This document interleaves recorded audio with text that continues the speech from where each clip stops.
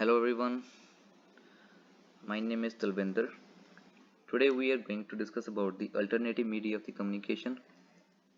By not wasting our time, let's talk about the alternative media by the David Skinner from York University. So today our agenda is firstly we'll talk about the introduction of alternative media. Secondly, we'll talk about the an issue about the alternative media that why it is difficult to define. Thirdly, the radical some information about the alternative media. After that we'll talk about the community radio, and in the last we'll talk about the aboriginal media. So let's start with the introduction.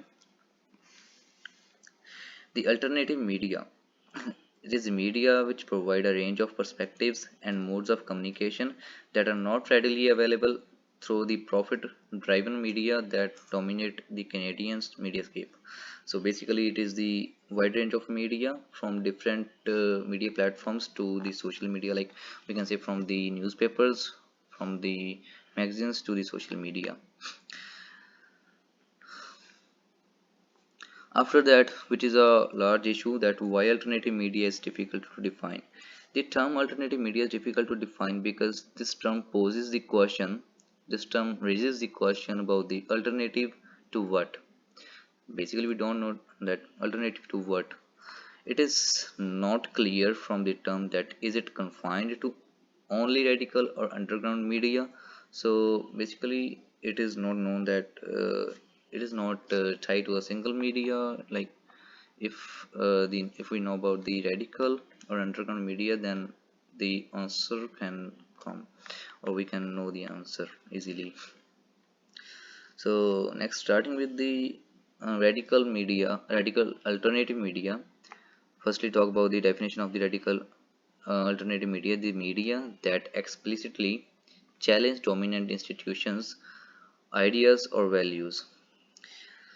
Basically, these media expand the range of information, reflection, and exchange from the often narrow hegemonic limits of mainstream media discourse. They often have a close relationship with an ongoing social movement.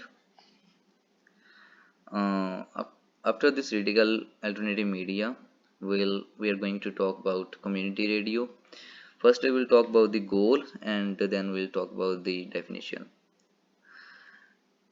Talking about the goal of the community radio, it is to be participatory mode of the communication that work to respond the priorities set by the community. Secondly, to facilitate their discussion, to reinforce them and to challenge them. If talking about the definition of the community radio station, the station which is owned and controlled by a non-profit organization. Basically, the organizations don't seek any kind of profit rather than their own expenses. Secondly, whose structure provide membership, management, and programming primarily by the members of community at large.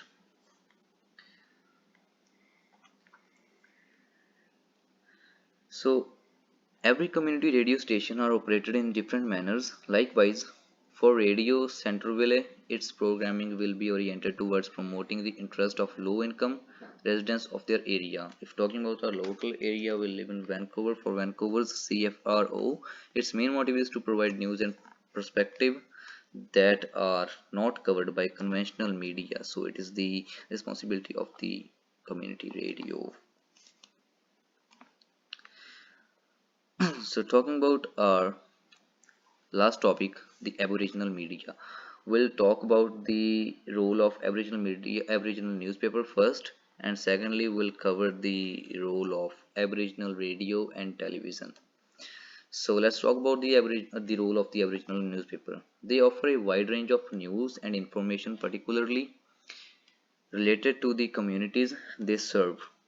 Secondly, the main topic of news on these newspapers are debates over the constitutional and self-government issues and education and health concerns.